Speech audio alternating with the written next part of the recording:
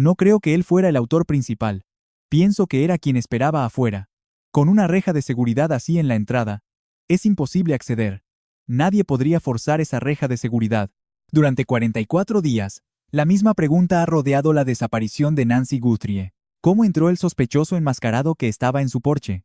El video del timbre lo capta en su puerta, la madrugada del 1 de febrero de 2026. Cabeza gacha, guantes, mochila lista y la pistola a su derecha. Se ha revisado esa grabación cientos de veces, analizando cada movimiento, cada segundo que pasó en ese porche, intentando descifrar cómo entró a la casa de la anciana de 84 años sin despertarla, sin alertar a los vecinos, sin dejar el tipo de destrozos que una entrada forzada siempre ocasiona. Se ha debatido si forzó la cerradura, si es que tenía una llave, si encontró una ventana abierta, o si Nancy, sorda sin sus audífonos, simplemente no lo oyó entrar. Pero la pregunta ha sido la incorrecta, porque hay un detalle clave en la puerta principal de Nancy Guthrie que cambia todo lo que creíamos saber de esa noche. Algo que siempre estuvo en la grabación, visible en cada fotografía de su casa, documentado en los registros públicos, y comprendido por todos los que viven en casas como la suya, pero que nadie fuera de la investigación había notado. Nancy Guthrie tenía una reja de seguridad en su puerta principal. No solo una cámara, no solo una puerta de madera con cerrojo, una reja metálica, malla de hierro forjado y marco de acero, del tipo que, una vez cerrada, es casi imposible de abrir sin herramientas eléctricas, sin un ruido constante, sin dejar los daños obvios que los investigadores habrían documentado al instante de llegar a la escena. Y según una vecina, que vive a 4 casas de Nancy y tiene exactamente la misma clase de reja en su propio hogar, no existe escenario posible en que la persona que vimos en el porche intentara forzar la entrada porque no habría podido. No en 41 minutos. No sin herramientas que no se ven en el video. No sin despertar a todo el vecindario. Lo que significa que alguien le abrió desde adentro. Este es el giro decisivo en el caso de Nancy Guthrie. Y lo cambia todo. Antes de continuar, es preciso aclarar qué se está examinando aquí y qué no. Este video presenta una teoría elaborada por una vecina con conocimiento directo de los sistemas de seguridad comunes en esa zona, apoyada por evidencia pública y el análisis de exagentes del FBI que han estudiado el caso. No es una acusación contra una persona específica. No se han presentado cargos. No hay detenidos. La familia Guthrie ha sido completa y oficialmente descartada. Este video solo plantea una pregunta que la evidencia física exige hacer. Si la reja de seguridad hacía casi imposible forzar la entrada, ¿cómo ingresó el sospechoso? Y la respuesta a la que llegan los investigadores, los expertos en seguridad y los vecinos que entienden estos sistemas es siempre la misma. Alguien lo dejó entrar. Ahora, analicemos por qué. Nancy Guthrie, de 84 años, desapareció de su casa en Tucson, Arizona, en la madrugada del 1 de febrero de 2026. Había vivido en Tucson por más de 50 años. Allí crió a 3 hijos. Luego de que su esposo Charles muriera en 1988, a los 49 años en un viaje a México, asistía a la misma iglesia los domingos. Conocía a sus vecinos. Se valía por sí misma. Vivía sola por elección en una casa valorada en $1 millón, en una calle tranquila con propiedades distantes entre sí, cactus saguaro, y la privacidad que valoran los jubilados adinerados de la zona. Su movilidad era reducida. No podía caminar 50 yardas sin ayuda. Requería medicación diaria para una afección cardíaca, una dosis matutina y otra nocturna, ambas vitales. Usaba un marcapasos implantado en su pecho, conectado vía Bluetooth a una aplicación que vigilaba su ritmo cardíaco en tiempo real. Llevaba potentes audífonos durante el día y se los quitaba cada noche antes de dormir, dejándolos en la mesilla junto a su teléfono. Sin ellos, no oía absolutamente nada, ni voces, ni movimiento, ni pasos en el pasillo fuera de su cuarto. Pesaba unas 150 libras. La noche del 31 de enero de 2026, tomó un Uber a casa de su hija Annie, para una cena familiar. Llegó aproximadamente a las 5:32 de la tarde. La velada fue ordinaria. Cena en la mesa, juegos, conversación. La típica noche de sábado de una familia que valora su tiempo juntos. 9:50 de la noche. Un coche deja a Nancy en su casa. El portón del garaje se abrió, se cerró. Estaba dentro, a salvo. Todo en su lugar. Su medicación sobre la encimera, sus audífonos en la mesilla de noche, su teléfono al lado. Su vida, tal como la dejó horas antes. Durante las 14 horas siguientes, nadie se comunicó con ella. Nadie llamó. Nadie escribió. Nadie fue a ver si la mujer de 84 años, con marcapasos y una dolencia cardíaca, dormía segura. Nadie alertó de su ausencia por una súbita inquietud en la noche. Nadie lo hizo por un mal presentimiento. La denuncia se produjo porque una amiga de la iglesia llamó a su hija, Annie, a las 11:56 de la mañana del 1 de febrero. Nancy no se había conectado al servicio dominical. Nunca faltaba. Annie condujo hasta la casa de su madre. Revisó las habitaciones. Recorrió la propiedad. Encontró el teléfono, los audífonos, la medicación, las llaves, la cartera y su coche en el garaje. Todas las pertenencias de Nancy Guthrie estaban en esa casa. Todas, excepto Nancy. A las 12:03 de la tarde, la familia llamó al 911. Para entonces, lo que le ocurrió a Nancy Guthrie había terminado hacía casi 10 horas. La siguiente cronología fue confirmada por el sheriff Chris Nanos en ruedas de prensa, también por oficiales del FBI y fuentes que declararon oficialmente a medios de comunicación. 1:47 de la madrugada, 1 de febrero de 2026. La cámara del timbre en la entrada principal fue desactivada físicamente. El sheriff Nanos lo confirmó el 5 de febrero. Declaró que no revelarían cómo ocurrió la desconexión, pero descartó un fallo técnico o un problema con la batería. La conclusión era evidente. Alguien manipuló la cámara para anularla antes de entrar. 2:12 de la madrugada. El software de movimiento detectó actividad. No hubo grabación. La cámara ya estaba inoperativa. 2:28 de la madrugada. El marcapasos de Nancy dejó de sincronizarse con el iPhone de su mesilla. El teléfono no se movió. Estaba en su lugar habitual, junto a sus audífonos, en el dormitorio. Andrew McCabe, ex subdirector del FBI, analizó públicamente este hecho en una entrevista. Cuando un marcapasos pierde la conexión Bluetooth con su dispositivo de monitoreo, la explicación más probable es la distancia física. El dispositivo tiene un alcance limitado. Si el portador se aleja, la señal se interrumpe. A Nancy la estaban moviendo. Estaba siendo trasladada. Cuando la señal se cortó, ella ya no estaba en la casa. 2:36 de la madrugada. La cámara de unos vecinos, los Stratagulas, que viven a unos 4 kilómetros, captó un vehículo en movimiento en su vecindario. Una corresponsal de noticias recorrió la ruta desde la casa de Nancy hasta la residencia de los Stratagulas. El viaje duró 6 minutos. Desconexión del marcapasos a las 2:28. 6 minutos de conducción. El vehículo aparece en cámara a las 2:36. 2 minutos de margen. La pausa que se hace para revisar los espejos, para ajustar el volante y para respirar hondo antes de tomar carreteras secundarias de madrugada con 70 kilos de evidencia en la parte trasera. Esa cámara de los vecinos estaba fuera del perímetro de búsqueda oficial. El departamento del sheriff del condado de Pima fijó la zona de rastreo a 3 kilómetros de la residencia. La casa de los Stratagulas estaba a 4 kilómetros. Las autoridades no los contactaron.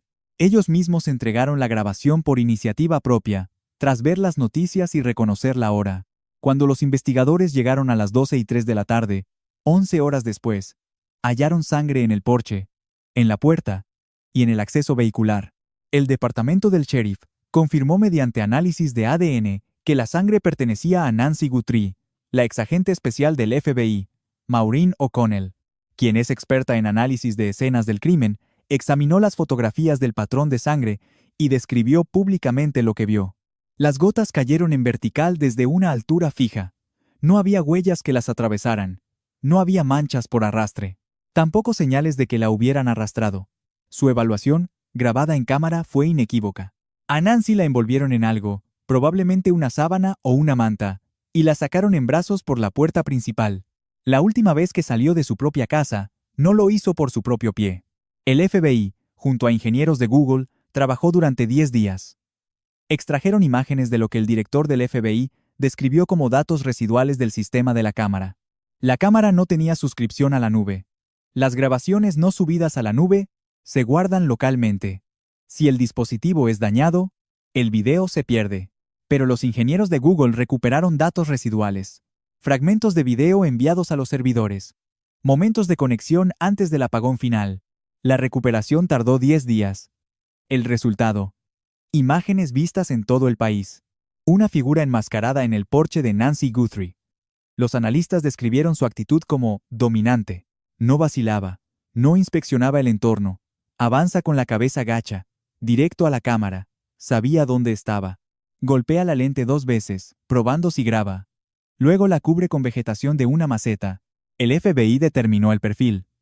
Un hombre. Entre 1,75 y 1,78 de altura. Complexión media. Rostro cubierto. Ropa oscura. Guantes de nitrilo negros. Una mochila de 25 litros. Marca Ozark Trail. De venta exclusiva. Una pistolera en la cadera derecha. Analistas forenses notaron un posible tatuaje. ¿En la muñeca derecha? Apenas visible. Un detalle crítico confirmado por múltiples fuentes informativas. De forma independiente. Una imagen lo muestra sin la mochila. Es de un día diferente. Una visita previa. Una misión de reconocimiento. Vino a observar. A evaluar. A confirmar el plan. Se fue. Y regresó. Esa visita previa es clave para entender lo de la reja. Las fotografías de la entrada lo demuestran. Hay muchas imágenes en línea de la cobertura mediática. El detalle es visible en todas. Hay una reja de seguridad, instalada frente a la puerta principal de madera. No es un adorno. No es un detalle artístico. Es una barrera funcional de hierro forjado o malla de acero, recubierta para resistir el clima. Montada en un marco de acero, atornillada a la jamba y la estructura. Estas rejas son comunes en el suroeste, especialmente en Arizona y el sur de California. Las casas de los años 70 y 80 las incluían como un elemento de seguridad principal. Su diseño es simple y eficaz. La reja abre hacia afuera sobre bisagras reforzadas. Cerrada, se asegura con un cerrojo que engancha en una placa en el marco de la puerta. Con la puerta de madera abierta, permite el flujo de aire, manteniendo fuera a insectos y animales. Y a personas no autorizadas. Los residentes ventilan la casa sin sacrificar seguridad. Pueden ver quién es. Hablar a través de la malla. Sin abrir la barrera. Su propósito es específico. Dificultar una entrada forzada, que requeriría herramientas y tiempo. Y ruido. Ruido que alertaría a los vecinos y dejaría evidencia clara. Una vecina, residente de la zona por más de una década, habló en una entrevista televisada. Ella tiene una reja idéntica. Al ver las imágenes del sospechoso en la entrada, comprendió algo que muchos otros no entenderían. Ese hombre no intentaba forzar la entrada. Sus palabras fueron claras, calmadas, certeras. Esas rejas no se pueden forzar.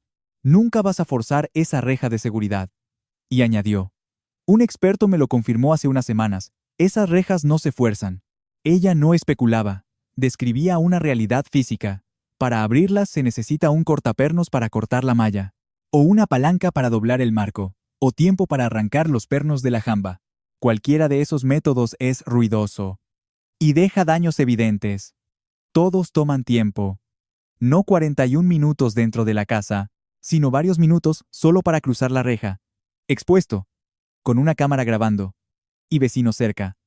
El sospechoso no lleva herramientas. No tiene un cortapernos. No tiene una palanca. Sus manos están visibles, enguantadas, vacías, salvo por las plantas que usa para tapar la cámara. Su apariencia no es la de alguien preparado para forzar una barrera de acero en la noche. Cuando los investigadores llegaron a la casa 11 horas después, la reja de seguridad no presentaba daños. El marco no estaba doblado. La malla permanecía intacta. Ninguna señal de fuerza. Laura descarta que el sospechoso haya entrado por esa puerta.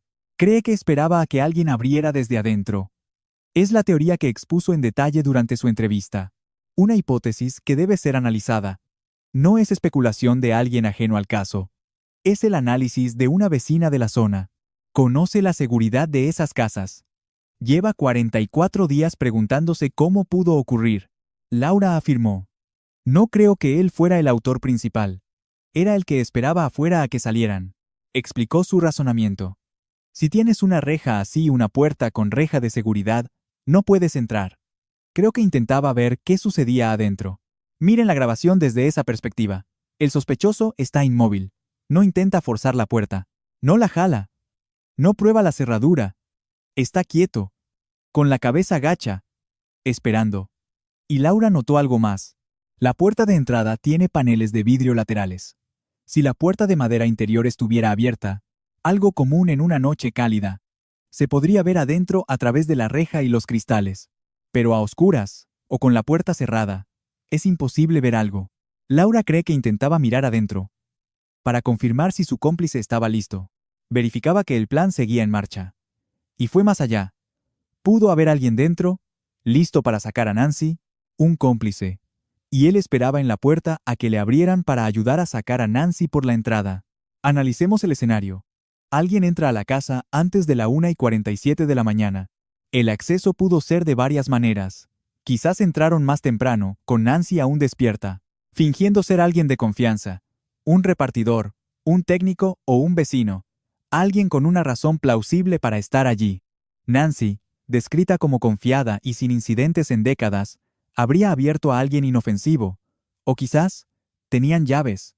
Alguien que trabajó en la propiedad, un proveedor de servicios, o a quien Nancy le confió llaves, pudo entrar en cualquier momento, o por una puerta o ventana sin cerrar. Conocían sus rutinas y sus puntos vulnerables. Sin importar cómo entraron, ya estaban dentro cuando ella se acostó. Sobre las 10 u 11 de la noche, pues volvió a las 9:50. Y entonces, esperaron. Esperaron durante horas. Se aseguraron de que ella durmiera, de que el vecindario estuviera en calma.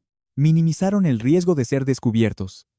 A la 1:47 de la mañana, desactivaron la cámara. No la destrozaron. No la arrancaron. La desactivaron para que dejara de grabar, o eso creían. Un método que falló.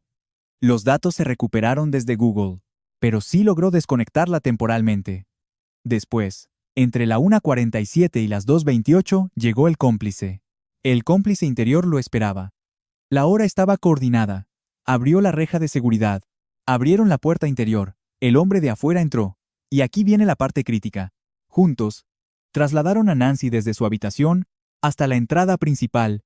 La envolvieron en algo para contener la sangre de sus heridas. Después la sacaron cargando. La metieron en un vehículo y se fueron. Aparecieron en otra cámara a 2,5 millas, a las 2:36. No es una teoría descabellada. Vise. Es una hipótesis construida con la evidencia física y la cronología de los hechos. La reja no fue forzada. La puerta de madera tampoco mostraba signos de violencia. El lapso de 41 minutos entre los dos eventos sugiere un movimiento metódico dentro de la casa. No es el pánico de un intruso solitario que somete a una víctima. Busca objetos de valor y escapa. Además, el patrón de la sangre, gotas en caída vertical, sin rastros de arrastre, es compatible con una víctima transportada por dos personas, que se mueven con cuidado para no dejar más pruebas. Laura también señaló la dificultad de mover a una persona mayor que no coopera o no puede valerse por sí misma. Ella cuidó a su madre en sus últimos años. La mujer pesaba 120 libras, 30 menos que Nancy. Laura relató lo difícil que era ayudar a su madre a subir apenas 3 o 4 escalones. Una tarea ardua, incluso con la ayuda de su madre. Difícil a plena luz del día, sin presiones ni sigilo. Para una sola persona, mover a Nancy Guthrie, con sus 150 libras de peso, su movilidad reducida, y posiblemente inconsciente o resistiéndose, sacarla de la casa, bajar el porche, cruzar la entrada de autos y meterla en un vehículo sin que se cayera, sin hacer ruido, sin dejar marcas de arrastre, ni huellas de sangre, habría sido una hazaña. Para dos personas la tarea se vuelve factible. Y si una de ellas ya estaba dentro, con acceso a la reja, el video deja de ser un allanamiento. Se convierte en la ejecución de un plan coordinado y ensayado. El hombre del porche no intentaba forzar la entrada. Esperaba que le abrieran. 5 pruebas apoyan la teoría de un cómplice interno colaborando con un socio externo. Cada una, por sí sola, es significativa, pero examinadas en conjunto, revelan un patrón inequívoco. Primero, la visita de reconocimiento. 4 grandes cadenas de noticias lo confirmaron por separado. ABC News, CBS News, CNN y Fox News. Una imagen del sospechoso sin mochila es de un día distinto. No corresponde a la noche de la desaparición, cuando sí la llevaba. El propósito de esa visita no era inutilizar la cámara. No era llevarse a Nancy esa noche. El objetivo era explorar acercarse a la puerta de día o al atardecer, cuando su presencia no levantara sospechas. Se trataba de observar la propiedad, localizar la cámara, comprender la distribución. Se trataba de confirmar la información de una fuente interna que conocía el lugar. Si el sospechoso tenía ayuda, alguien que pudo describirle la reja, la cámara, la rutina de Nancy, el momento ideal para el ataque. La visita de reconocimiento cobra todo el sentido. Ver es distinto a que te cuenten. Acercarse a esa puerta. Examinar la reja de seguridad. Entender cómo se abría y dónde había que pararse para desbloquearla desde adentro. Esa información es de primera mano. La visita confirma que no fue un acto impulsivo. Fue planeado. Y si fue con un cómplice, esa fue la verificación final antes de actuar. Segundo, la cámara. Inutilizada desde fuera, pero explotando una vulnerabilidad solo conocida desde dentro. El timbre con cámara se desconectó a la 1:47 de la madrugada. El FBI y Google tardaron 10 días en recuperar las imágenes. El agresor pensó que las había borrado para siempre. Se equivocó. Los técnicos hallaron datos residuales enviados a los servidores antes del apagón total. Pero el intento demuestra preparación. Nancy no tenía una suscripción a la nube para su cámara Nest. Ese es un detalle imposible de saber desde el exterior. La cámara está en el marco de la puerta. Parece un timbre Nest común. Ningún letrero indica que las grabaciones no se suben a la nube. Alguien tenía que saberlo. Alguien que había estado dentro. Alguien que había visto la instalación. Alguien que entendía que desactivar el aparato físico impediría la grabación local, aunque no la recuperación de datos del servidor. Si el sospechoso tenía un cómplice, esa persona pudo darle esa información, y el sospechoso pudo creer, de forma errónea, pero razonable según sus datos, que desactivar la cámara a la 1:47 eliminaría toda prueba en video. Tercero, no hubo entrada forzada. Los investigadores no han reportado daños en la reja, tampoco en la puerta de madera. No hay ventanas rotas ni marcas de palanca. Ningún indicio que deje una entrada violenta.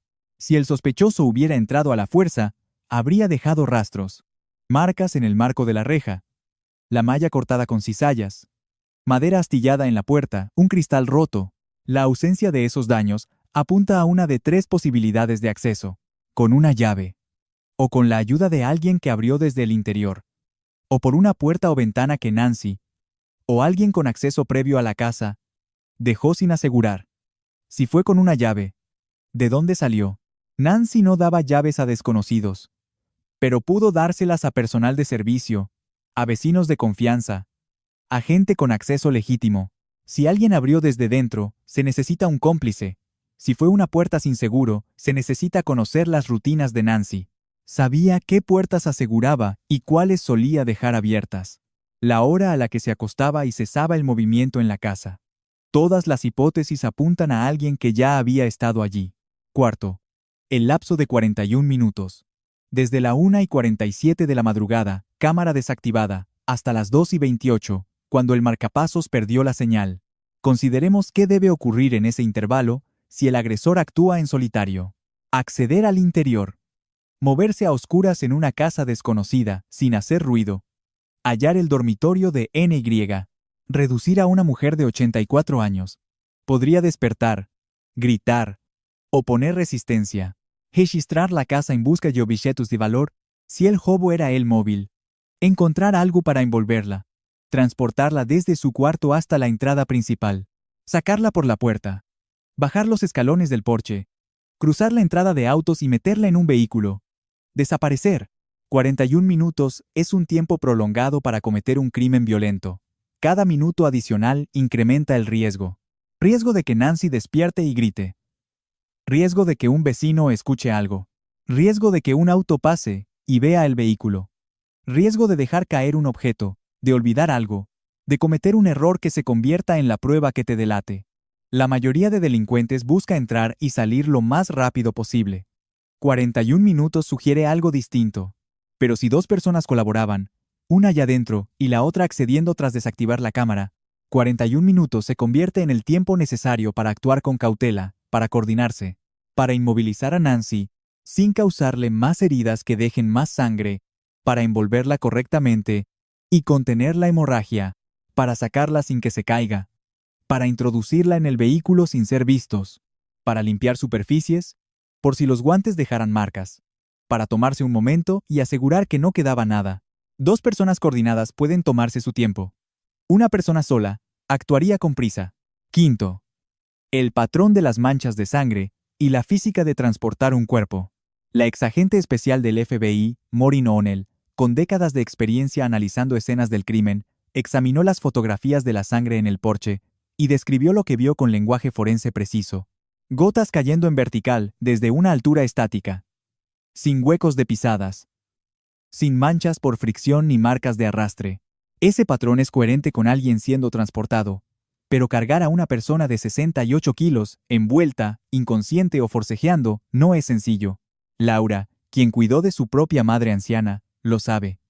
Dijo que era difícil ayudar a su madre a subir las escaleras, incluso pesando menos y tratando de colaborar. Nancy pesaba más.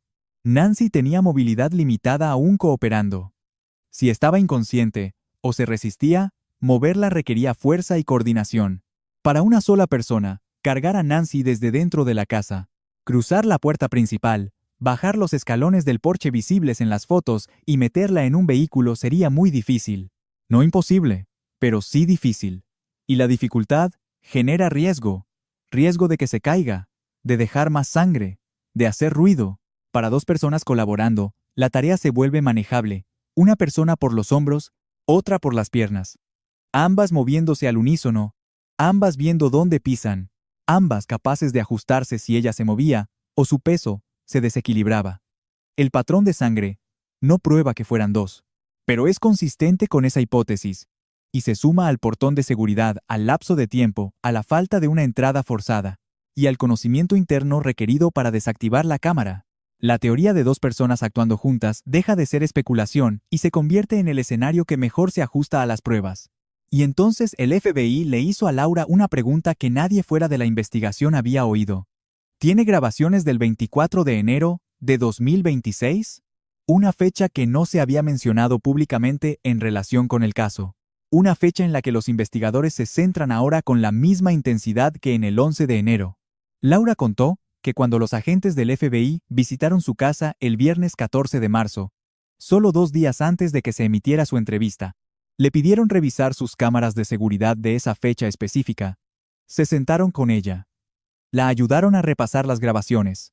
Buscaban algo. El 24 de enero fue 8 días antes de la desaparición de Nancy. Y fue sábado. El 11 de enero, la fecha que los investigadores ya habían señalado y consultado con los vecinos, también es sábado. El 1 de febrero, el día que se llevaron a Nancy, también fue sábado. 3 sábados. 3 fechas que los investigadores creen que están conectadas. Si el sospechoso era alguien que trabajaba entre semana, alguien cuyo horario no permitía la vigilancia diurna, el sábado sería el día en que podría ir a Catalina Foothills sin llamar la atención, sin tener que explicar por qué no estaba en su trabajo, sin despertar sospechas, ni en su empleo ni entre colegas. Nadie recordaría ausencias, distracciones o preguntas extrañas. Los investigadores reconstruyen un patrón. El sospechoso visitó el vecindario el 11 de enero. Ese pudo ser el día de la grabación de reconocimiento, sin la mochila. Caminó hasta la puerta de NY. Observó la cámara. Analizó la reja de seguridad. Confirmó la información interna que le habían proporcionado. Volvió el 24 de enero. Sus acciones de ese día son un misterio. Las cámaras de Laura no captaron nada sospechoso, solo animales en su propiedad. Otros vecinos podrían tener imágenes. Otras cámaras pudieron grabar un vehículo, una persona, actividad que en ese momento parecía inofensiva, pero ahora, a la luz de lo ocurrido una semana después, adquiere un nuevo significado. Y entonces, volvió el 1 de febrero, con la mochila, los guantes y el plan. 3 visitas, 3 sábados, 3 oportunidades para pulir el método, probar los tiempos y confirmar que el objetivo era vulnerable. No es un crimen de oportunidad. No es alguien que pasaba al azar. Vio una puerta abierta y actuó por impulso. Esto fue planeado. Fue deliberado. Es obra de alguien que invirtió semanas, quizá más, preparándose para la noche del 1 de febrero. Y si invirtió ese tiempo, lo hizo porque el objetivo valía la pena, porque le dijeron que era una operación viable, porque un cómplice le dio información para justificar el riesgo. Hay algo más. Un detalle de la entrevista de Laura que exige atención. Sugiere el nivel de sofisticación del sospechoso. El FBI preguntó a Laura si su internet falló la noche del 1 de febrero. No es una pregunta que los investigadores hagan a la ligera. La hacen cuando creen que alguien interrumpió la conexión intencionadamente, como parte del plan operativo. Si el sospechoso o su cómplice cortaron el internet de la zona antes de la 1:47 de la mañana, eso explicaría varios enigmas del caso. Explicaría por qué el teléfono móvil de NY, que estaba en la mesita de noche junto a sus audífonos, no transmitió datos de localización rastreables tras el secuestro. Los smartphones se conectan constantemente a torres y redes Wi-Fi, actualizando su ubicación. Si el teléfono de NY estaba conectado al Wi-Fi de su casa y la señal se interrumpió en ese instante, y el servicio celular fue inhibido, el teléfono marcaría su casa como última ubicación conocida. Luego, nada. Sin señales. Sin actualizaciones de ubicación. Sin un rastro que seguir. Explicaría por qué las cámaras de seguridad cercanas no captaron imágenes útiles de vehículos durante el momento crítico. Muchos sistemas de seguridad residenciales, especialmente los que se instalan en esa zona, dependen de Internet para subir las grabaciones a la nube. Si no había Internet cuando el sospechoso se movía por el vecindario, las cámaras grabarían en tarjetas locales, pero no transmitirían a la nube. Y si el sospechoso no pasó justo frente a ellas, o si estaban apuntando a las entradas de las casas y no a la calle, no existiría ninguna grabación. Eso explicaría por qué el timbre con cámara en la puerta de NY no subió el video a la nube de Google. El FBI y los ingenieros de Google tardaron 10 días extrayendo datos residuales. La cámara no estaba conectada a la nube en el momento crítico. Si el servicio de Internet estaba caído, la cámara no podía transmitir, y eso indica un conocimiento técnico que limita mucho el círculo de sospechosos. Interrumpir el servicio de Internet en una zona residencial puede hacerse de varias maneras. La forma más directa es cortar los cables de fibra óptica que dan servicio a las casas del vecindario. Esos cables son accesibles en cajas de servicio, puntos de conexión e instalaciones a la vista. Alguien con conocimientos básicos de infraestructura podría localizar la caja de conexión, abrirla y cortar los cables. La interrupción sería inmediata. El servicio se cortaría para todas las casas de ese nodo, y a menos que alguien reportara la falla al proveedor, algo que la mayoría no haría en mitad de la noche, la avería no se repararía hasta el día siguiente. El otro método es la inhibición de señales. Los inhibidores portátiles de Wi-Fi y señal celular son ilegales en Estados Unidos, pero se consiguen en línea a través de proveedores extranjeros. Un inhibidor capaz de anular el servicio en un área residencial cabe en una mochila. El sospechoso del video de la puerta lleva una mochila.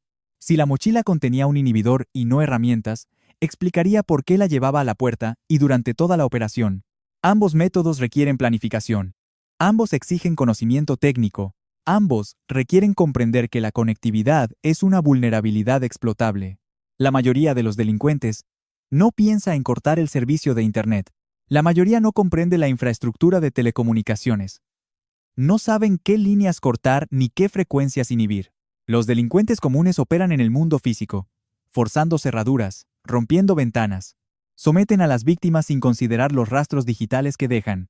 Este sospechoso, o su asesor, entendía la dimensión digital, y ese entendimiento sugiere entrenamiento profesional, o experiencia previa en telecomunicaciones o informática, o la guía de alguien con esa pericia.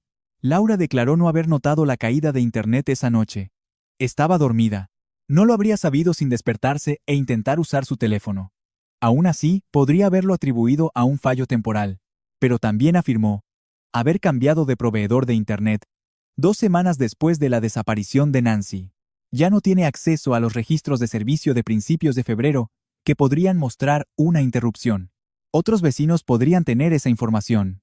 Y si el FBI la solicita, es porque ya tienen pruebas de otras fuentes, como el proveedor de Internet, de vecinos que guardaron registros, o de dispositivos que grabaron caídas de conectividad en el momento crítico. Un corte de Internet intencional es una prueba más. Apunta a una operación planificada y coordinada por alguien con información privilegiada y pericia técnica. Si la teoría de un informante interno y un cómplice externo es correcta, la dirección de la investigación cambia fundamentalmente. Significa que no solo buscan al hombre enmascarado, Buscan a dos personas. Una con acceso a la casa de N.Y., otra que ejecutó el secuestro, y posiblemente una tercera persona, si el cómplice interno y el experto técnico son individuos distintos. Las categorías de personas con acceso a la casa de N.Y. son específicas e identificables. Los familiares han sido oficialmente descartados. El sheriff Chris Nano declaró públicamente el 16 de febrero que la familia Guthrie, incluyendo hermanos y cónyuges, ha sido descartada como posible sospechosa. Calificó las insinuaciones de crueles y erróneas. Ese descarte es firme, no se disputa, no es ambiguo, pero hay otras categorías de acceso que los investigadores ciertamente están examinando. Proveedores de servicios que trabajaron en la propiedad en meses o años recientes. Personal de limpieza. Personas que mantenían el jardín, la piscina, el paisaje. Contratistas que realizaron reparaciones. Instalaron sistemas o renovaron partes de la casa. Repartidores con rutas regulares que pudieron interactuar con Nancy y conocer su rutina. Conductores de BTC que pudieron ver el interior de la casa cuando ella abría la puerta. Cuidadores. Si Nancy usaba servicios de salud domiciliarios. Vecinos que hubieran estado. Cada una de estas categorías puede ser investigada. Los registros de servicios pueden ser solicitados judicialmente. Se pueden revisar expedientes laborales. Se pueden verificar antecedentes. Se pueden analizar los datos de los móviles para ver quién estaba en la zona el 11 de enero, el 24 de enero y el 1 de febrero. La exagente especial del FBI, Jennifer Coffender, una de las expertas más activas en el análisis público de este caso, ha dicho repetidamente que su teoría principal es que personas con alguna conexión tangencial a la casa filtraron información a los criminales. Ha sido específica sobre su significado. En sus propias palabras, en entrevistas con Newsweek y el Daily Mail, eso implica a la familia, y ha reconocido que la familia está descartada. Podría ser alguien que trabajaba para ella, el encargado de la piscina, una empleada del hogar, alguien de mantenimiento, pero alguien cercano a ella. Coffender no cree que quien proveyó la información interna quisiera dañar a Nancy. Ha sugerido que, en el transcurso normal de su trabajo haciendo preguntas, conversando con una anciana que, según todos, era cálida y confiada, pudieron revelar la vulnerabilidad de Nancy sin saber el propósito de esa información. Podrían haberlo comentado con alguien más, un amigo, un familiar, un conocido, que trabajaban en Catalina Foothills. Para una anciana sola, con movilidad reducida y adinerada, que su hija era famosa, y la casa valía $1.000.000, que se acostaba temprano, que de noche se quitaba los audífonos y no oía nada.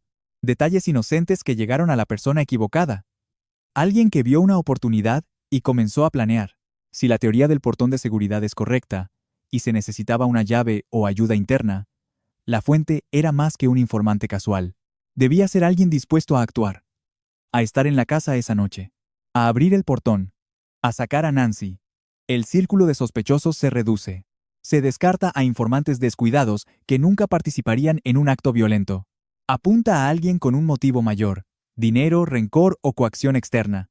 Algo que lo impulsó a cruzar la línea. De informante a cómplice activo. Los investigadores buscan a esa persona. La evidencia. El portón. La entrada no forzada. La cronología.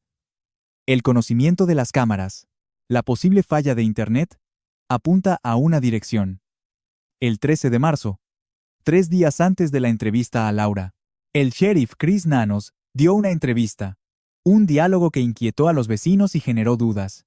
El periodista preguntó, ¿cree que podría atacar de nuevo? La respuesta de Nanos. Sin duda. Una declaración pública sin precedentes. Antes, él había insistido en que la familia estaba descartada, que seguían pistas y creían que Nancy seguía con vida, pero no había respondido si el culpable atacaría a otros. Ahora sí, su respuesta fue rotunda. Sin duda. Pero luego añadió algo contradictorio.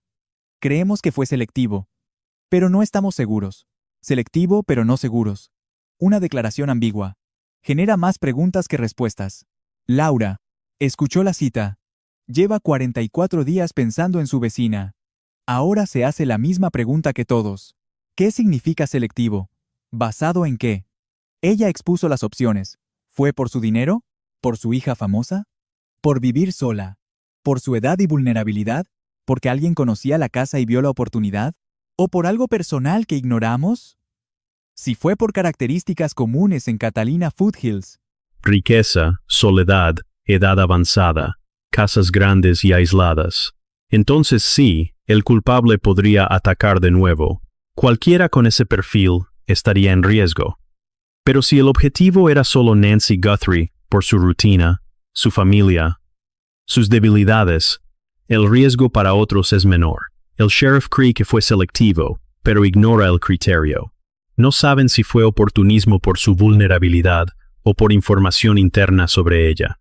Esa incertidumbre obliga a los vecinos a replantearse su seguridad. Instalan cámaras, revisan cerrojos, vigilan a los proveedores de servicios, piden identificación, verifican empresas antes de permitir el acceso. Laura admite haber hecho cambios en su seguridad desde la desaparición. No especificó cuáles. Una decisión lógica. Describir la seguridad la anula, pero confirmó que el caso cambió su percepción del acceso a su hogar y cómo lo vigila. Otros vecinos han hecho lo mismo. Algunos instalan más cámaras, otros cambian cerraduras, se unen a vigilancias vecinales o crean redes para cuidarse entre ellos. La afirmación del sheriff fue tajante. El atacante podría actuar de nuevo. Esto ha sembrado un miedo y una alerta sin precedentes. Solo los investigadores saben si ese temor tiene fundamento. Nancy Guthrie, 44 días desaparecida. El FBI y la oficina del sheriff del condado de Pima dirigen la investigación. Se han movilizado más de 400 agentes. El personal ha participado en distintas fases. Cerca de 100 agentes del FBI están asignados al caso, junto a unidades especializadas como el equipo de análisis celular. Se suman expertos en genealogía genética y forenses digitales. La genealogía genética investigativa es clave. Es la misma tecnología que identificó al asesino de Golden State tras 40 años de impunidad, y la que conectó a Brian Kohberger con los asesinatos de estudiantes de Idaho en pocas semanas. Ahora se aplica al ADN recuperado en la propiedad de Nancy. Esta técnica no exige que el sospechoso tenga antecedentes penales, tampoco que figure en bases de datos policiales. Solo requiere un pariente lejano, un primo segundo o tercero. Alguien con un vínculo de sangre que usara servicios como 23andMe o Ancestry.com y cuyos datos sean públicos. Una coincidencia parcial genera un árbol genealógico. Al seguir sus ramas y cruzar datos, se llega a un nombre. El equipo de análisis celular del FBI mapea la presencia de dispositivos en múltiples fechas críticas. 1 de febrero, 24 de enero, 11 de enero, y posiblemente otras fechas no reveladas. Están construyendo un patrón. Buscan teléfonos que aparezcan en las colinas de Catalina más de un sábado. Dispositivos presentes durante el reconocimiento. Teléfonos que estaban allí la noche del secuestro de Nancy. Analizan datos de ubicación, registros de antenas y operadoras para situar teléfonos en lugares y momentos que encajen con la cronología del crimen. Si el análisis identifica un teléfono vinculado a las teorías públicas, como el de alguien que trabajó en la propiedad de Nancy, o alguien que tuvo acceso a su hogar, o con la pericia para desactivar el Internet, la investigación está más cerca de lo que se cree. Los registros del router de la casa se analizan. Buscan rastros digitales llamados solicitudes de sondeo. Son señales que los teléfonos emiten automáticamente al buscar redes Wi-Fi conocidas. Todos los teléfonos lo hacen constantemente. Cualquier dispositivo cerca del router de Nancy, la noche del 1 de febrero, pudo dejar una huella digital analizable. A diferencia del ADN, cuyo procesamiento es complejo, el análisis digital se completa en horas. El FBI tiene el router. Si contiene la señal de un teléfono que no debía estar allí esa noche, lo encontrarán. La mochila visible en el video del timbre se rastrea en los registros de compra. La cadena Walmart usa un sofisticado sistema de inventario. Cada tienda que recibió esa mochila Ozark Trail de 25 litros antes del 1 de febrero puede ser identificada. Cada transacción con ese producto se puede extraer de los registros de venta. Si la compra no fue en efectivo, si se usó una tarjeta de crédito o débito, existe un nombre asociado. La funda del arma en la cadera del sospechoso fue analizada. Se identificó como una funda de revólver. Marca Strategy. Los investigadores revisan los registros de las armerías de Tucson en busca de compras recientes. El FBI visitó al menos una tienda con entre 18 y 24 fotografías y nombres. Preguntaban si alguna de esas personas compró un arma en el último año. Esa tienda no reportó coincidencias. Pero hay más locales, más registros. Hay carteles con la foto de Nancy y la recompensa de $1.2 millones en varios estados, no solo en Arizona. Se han reportado avistamientos en Texas, el sur de California, Nevada y otras regiones. El FBI lo trata como un caso de alcance nacional. No saben dónde fue llevada Nancy ni dónde está retenida. La investigación avanza. La ciencia está funcionando. Se procesa la evidencia. Si la teoría de la puerta de seguridad es correcta, se está creando el perfil de alguien con acceso previo a la casa de Nancy Guthrie.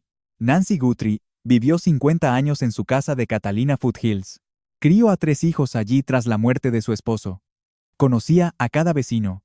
Iba a la iglesia cada domingo. Construyó una vida en una comunidad donde la confianza era la norma, donde la gente se ayudaba. Un lugar donde si alguien llamaba a la puerta, se abría sin miedo. Así funcionaba el vecindario. Y alguien usó esa confianza para entrar a su casa. La reja de seguridad en su puerta principal siempre estuvo allí. Estaba en las fotografías, en la grabación de la puerta, en el análisis de la escena. Ha sido visible en toda la cobertura mediática desde el 1 de febrero, pero nadie entendió el significado de esa reja hasta que Laura habló. Explicó su mecanismo, la dificultad para forzarla, lo imposible que sería abrirla sin tiempo, herramientas y ruido. La relevancia de este hecho era un detalle interno de la investigación. Ahora se comprende. El hombre del porche no intentaba entrar. Esperaba que le abrieran. Un cómplice dentro del hogar de Nancy Guthrie abrió la reja de seguridad. Le permitió el acceso. Esa persona sigue prófuga. El FBI está tras su pista. La evidencia apunta directamente a ellos. Hay una recompensa de $1.200.000 para quien ofrezca información que los identifique y traiga a Nancy a casa. 44 días. Sin arrestos. Sin cargos. Sin una resolución. Pero la reja de seguridad confirma algo. Un hecho que los investigadores sabían y ahora persiguen con todos sus recursos. Nancy Guthrie no se fue sola esa noche. Alguien la ayudó a salir. Alguien con una llave, con acceso o con la confianza para que le abrieran. El cerco de la investigación se está cerrando. Las pruebas no mienten. La cronología es inalterable. El ADN se está procesando. Se analizan los datos de las antenas de telefonía. El análisis forense digital está en marcha. Y en algún punto entre el video de la puerta y la sangre del porche, entre la reja que nunca fue forzada, y los 41 minutos que separan el corte de la cámara de la última señal del marcapasos, hay un nombre. Si tiene información sobre la desaparición de Nancy Guthrie, contacte al FBI al 1-800-CALL-FBI. La recompensa combinada es de $1.2 millones. $1 millón de la familia Guthrie, $100,000 del FBI, y cantidades adicionales de otras fuentes. Si trabajó en la propiedad, si hizo entregas a su casa, si proveyó servicios en el área de Catalina Foothills, o vio algo inusual, los fines de semana, del 11 de enero, 24 de enero, o 1 de febrero, esa información es crucial, aunque pareciera insignificante en el momento. Aunque no tenga certeza de su relevancia, llame a la línea de pistas. Si conoce a alguien que trabajó en esa zona, que habló de una anciana adinerada que vivía sola, o que mostró interés por el área por razones que no entendió, llame. Si vendió una mochila Ozark Trail de 25 litros a alguien en el área de Tucson en diciembre de 2025 o enero de 2026 y la transacción pareció extraña, llame a la línea de pistas. Cada detalle cuenta, cada llamada se revisa, cada pista se investiga. Suscríbase para la cobertura continua de este y otros casos, donde la evidencia señala respuestas y el trabajo para hallarlas no se detiene. Active las notificaciones. Cada nuevo dato verificado será cubierto con fuentes documentadas. Deje un comentario. ¿Sabía lo de la reja de seguridad antes de este informe? Porque este detalle lo cambia todo. Altera por completo la percepción de esa noche. Nancy Guthrie merece ser encontrada. Su familia merece respuestas.